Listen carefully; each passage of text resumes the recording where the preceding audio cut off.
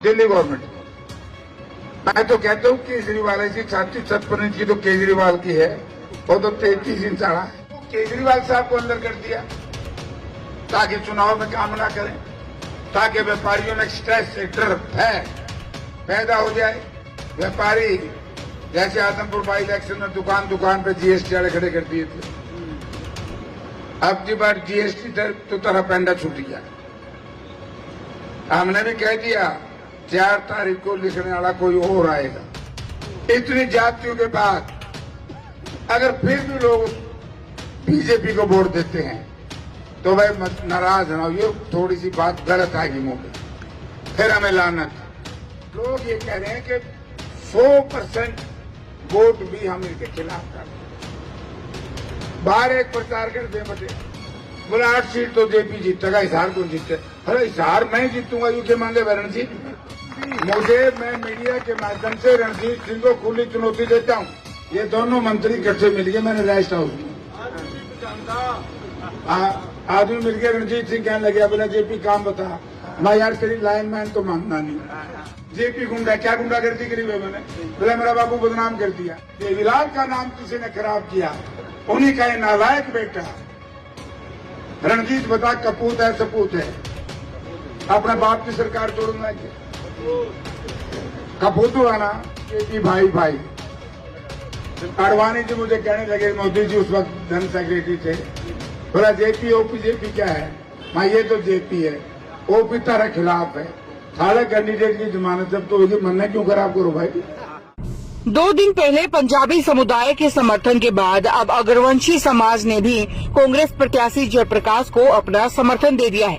वीरवार रात कांग्रेस नेता बजरंगदास गर्ग के नेतृत्व में सैकड़ों अग्रवंशी समाज के लोगों ने कांग्रेस में अपना विश्वास जताया। शहर में खुद को मजबूत मानकर चल रही भाजपा की परेशानियां अब बढ़ने लगी हैं। मतदान से 2 दिन पहले जयप्रकाश ने शहरी वोटों में सेंधमारी शुरू कर दी है। बजरंगदास गर्ग के सेक्टर 14 स्थित निवास पर जयप्रकाश ने लोगों से बातचीत करते हुए भाजपा प्रत्याशी रणजीत सिंह चौटाला पर जमकर हमला बोला। आप भी देखिए गत रात की ये तस्वीरें।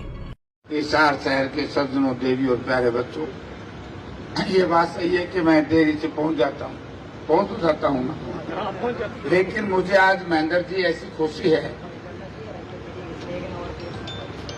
इतना बड़ा हजूम एक गांव में नहीं, आज सुबह से ही 20 गांव में मैं गया हूं। मैंने अपने 40 साल के राजनीतिक जीवन में मैंने बड़ी हवाओं में भी चुनाव लड़े और मैंने पूरी विपरीत परिस्थितियों में भी चुनाव लड़े, लेकिन आज अब की बार जनता चुनाव लड़ती हुई मैंने पहली बार दिखाई। मुझे नहीं पता लगता, आते हैं बोला कुलेरी चालो जी, मावे जल्दी आ जाएंगे। बजरंग बोला कितनी देर में? आधे घंटे में। कम से कम भी 400 ट्रैक्टर, कई सैकड़ों मोटरसाइकिल, नर और नारी, कौन लिखने देवे था एक पासे तो बजरंग का टेलीफोन ड्रन ड्रन, पास उनका डंडा। अरे क्या करें, मैं कहाँ जाए? लेकिन ये बात सही है, जिसने चुनाव लड़ना होता है और जिसने किसी से कुछ मांगना होता है, जो सामने पहले जितना दिखाई दे हम उसी से मांग लेते हैं, दूसरे की कहते हैं तो इंतजार कर ले। तो मैं देरी से पहुंचा हूं, माफी चाहूंगा, लेकिन ये तो हमारा विधायक तो छोड़ के आ रहा हूँ, ये मैं फंक्शन तो क्लोज करके हम आ गया। आजा नरेश, मैं इनको छोड़ के आया, फिर डिनर उनका छोड़ के आया। देखो भाई, हाँ कुले जाना का, मैं तो एक बात कह सकता हूँ, आप शहर के लोग बैठे हैं, दुकानदार हैं, कामगार, जो कांग्रेस पार्टी का राज था, हुड्डा साहब चीफ मिनिस्टर थे, उनके राज में कारोबार था या आज इस मनोहर लाल जी के राज में कारोबार है? अब तो कुछ नहीं है। क्यों नहीं? क्योंकि इन लोगों की सोच बहुत निकम्मी है। आज संविधान जिसको बनाने में, जिसको लाने में महात्मा गांधी जी से लेकर के लाला लाजपत राय जी से लेकर के पंडित नेहरू से लेकर के मौलाना अब्दुल कलाम आजाद से लेकर के सब लोगों ने संघर्ष किया। हजारों नौजवानों ने अपने जवानी के दिन अंग्रेज की काल कोठरी में व्यतीत करने पड़े। कितने लोगों ने फांसी का फंदा चूमना पड़ा, तभी तो हमें अपना संविधान बनाने की इजाजत मिली, जिसको हम कानून का राज कहते हैं। आज ये केंद्र की सरकार कानून के राज को खत्म करना चाहती है, संविधान को मिटाना चाहती है, संवैधानिक संस्थाओं को मिटाना चाहती है। बात कर रहे थे गुप्ता जी दिल्ली गवर्नमेंट की। मैं तो कहता हूं केजरीवाल ऐसी 36-56 इंच की तो केजरीवाल की है, वो तो 33 इंच चढ़ा है। जिस आदमी को सरकार नहीं चलने दी, कभी एलजी लेफ्टिनेंट जनरल, कभी चीफ सेक्रेटरी, हर कदम के ऊपर बाधा डाले और उसके बाद जेल में डाल दिया। उस पर भी आऊंगा। तो डेमोक्रेसी तो नहीं, संविधान बदलना चाहते हैं, प्रजातंत्र का मायना बदलना चाहते हैं, चुनाव बदलना चाहते हैं। मुझे मोदी जी का परसों सुना, बोला मैं तो प्रजातंत्र प्रणाली में विश्वास करता हूं। कहां है प्रजातंत्र? हमारा चंडीगढ़ का गठबंधन का मेयर पब्लिकली सीसीटीवी कैमरे में बैलेट पेपर से कैंसिल कर रहा है। हमको मशीन लिया, वो मशीन का बैलेट पेपर कर लो, चाहे तो वही इलाज करना पड़े जो 89 में कराया था, नहीं तो बैलेट पेपर में फिर भी बरोड़ा करेंगे। करेंगे कि नहीं? बिल्कुल। हमारा मेयर जबरदस्ती रहा, और मेयर हराने के बाद सुप्रीम कोर्ट ने जब उनको बढ़ा दिया डिप्टी मेयर में, फिर हमारे आदमी उठा लेंगे। अगर यही काम इन्होंने ऐसे ही करेंगे तो भैया सामने वाले अब कमजोर नहीं है। सफाई जब करे जाएंगे, इसमें क्या रोड़ा है? तो यानी कि संवैधानिक संस्थाओं के साथ छेड़खानी करना, कोई पॉलिटिकल आदमी आगे बढ़ रहा है, केजरीवाल साहब, हेमंत सोरेन, जो इनके ऊपर धाराएं लगाई है, कई साथी वकील भी बैठे।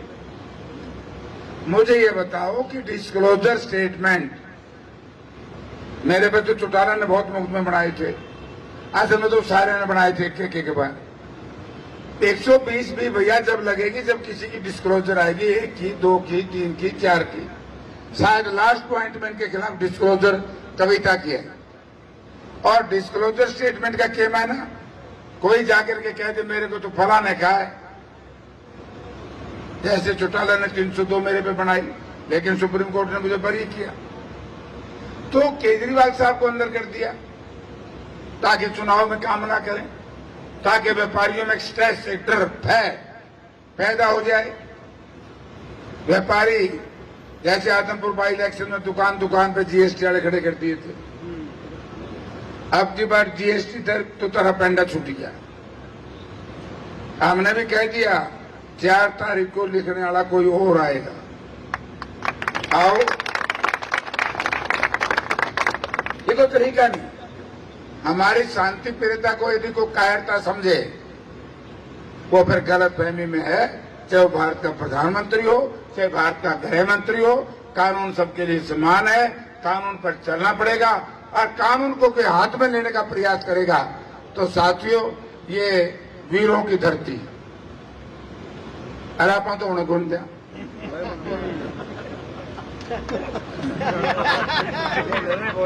केजरीवाल जी अंदर कर दिए, सुप्रीम कोर्ट ने कितना अच्छा फैसला दिया, बाहर कर दिए। हेमंत सोरेन भी बाहर आना, दलित का बेटा है। और हमारे बल्कि जितेंद्र जैन ने तो, सहितेंद्र जैन ने तो 2 ही साल हो गए, 1.5 साल कोई केस नहीं लोगों। और उसके बाद इतनी जातियों के बाद अगर फिर भी लोग बीजेपी को वोट देते हैं तो भाई नाराज ना होइए, थोड़ी सी बात गलत आएगी मुंह में, फिर हमें लानत। 2019 में ये मीडिया वाले देख रहे हैं, बता देना मोदी जी, जब पुलवामा हुआ भाई साहब, हमारा सेशन चल रहा था, हाँ, मैंने असेंबली में कहा, बुरा हुआ है, मैं खेद प्रकट करता हूं, जो सर्जिकल स्ट्राइक की आप वाहवाही लूट रहे हो, ये डॉक्टर मनमोहन सिंह भारत के प्रधानमंत्री थे, मैं मेंबर पार्लियामेंट था, हमारे 7 जवानों का सिर काट करके ले गए थे। 3 दिन के बाद बड़ी भयंकर सर्जिकल स्ट्राइक हुई थी और यूएनओ तक आवाज ली थी। डॉक्टर मनमोहन सिंह ने तो कभी नहीं कहा कि हम सर्जिकल स्ट्राइक करके आए हैं।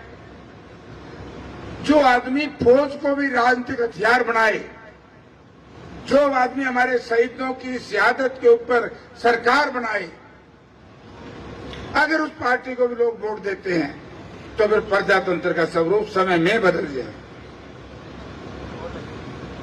आज मैं गांव में जाता हूं, किसानों से पूछता हूं, मैं रणजीत सिंह के हाथ खुला दियो, मनोहर लाल के हाथ खुला लो, 730 किसानों के खून के धब्बे इनके हाथ में, वो तुम्हारी मानेगी। बोला जब तक ये खून के धब्बे नहीं धुएंगे, और वो धुएंगे कब? वो धुएंगे 25 तारीख ने। इसलिए मैं लेट आया। इतना बड़ा महेंद्र भाई, आप तो गमम जाए, हमारा नुकसान वहां देख के है, इतना बड़ा जोश, लोग ये कह रहे हैं कि 100% वोट भी हम इसके खिलाफ कर दें। बाहर एक प्रचार कर दें बटे, बोला 8 सीट तो जेपी जीतेगा, हिसार कौन जीते? अरे हिसार मैं जीतूंगा, यू के मांगे रणजीत। मुझे, मैं मीडिया के माध्यम से रणजीत सिंह को खुली चुनौती देता हूं। रणजीत सिंह को वोट क्यों? 5 वर्ष गवर्नेंस कमेटी का चेयरमैन रहा। गवर्नेंस कमेटी का चेयरमैन अपने यहाँ इंचार्ज मिनिस्टर होता है जी, उसकी मर्जी से काम होते हैं। कभी सीवरेज खुलाया हो, मिल गेट की तरफ सीवरेज बंद था, कभी रणजीत सिंह गया? सारे लोग वहां चढ़े, आप लोग गए मिल गेट की हो। कितने दिन में सड़क बनी, लोगों ने धरने देने पड़े अपने शहर में सड़क बनवाने के लिए, धरने प्रदर्शन सड़क को रिपेयर कराने के लिए। गोलियां चलाएं बदमाश, जब उड्डा साहब और जेपी थे था के को बदमाश हुए, फिर कहां से आए ना? बेर नहीं आने दंदा। जिस दिन हरियाणा में आप सरकार बना दोगे, अगले दिन या तो हरियाणा छोड़ जाएंगे या हमारी मेन स्ट्रीम में आ जाएंगे, नहीं तो फिर जहां जाना चाहिए वहीं जाएंगे। हरियाणा तो यारो एक बात मेरे समझ में, टेलीफोन बोल लेगा कहीं न कहीं जेपी का नाम आवेगा, गैस चलाओ जेपी आवेगा, रेडी आए तो रह जाओगे, छड़े बनाए जेपी आएगा, चाहे टेलियाना पुल पर जाओ चाहे पटेल नगर में जाओ। कल मैं न्यू ऋषि नगर में था, 2-3 महिला ने बताया कि जेपी तेरे से पहले यहाँ सीवरेज, न्यू ऋषि नगर में सीवरेज और ये पक्की नाली बनाने का काम, गली बनाने का काम मैंने एमपी लेड से शुरू करा था। मील गेट में पानी की टूटी दिलवाई थी, तो मैंने फतेहाबाद से एससी के यहाँ से पाइप उठवा करके जबरदस्ती पाइपलाइन बिछवाई थी। रणजीत सिंह ये तो बता दो, तूने कह रहा कि भाई, और क्या मंत्री जी ने करा?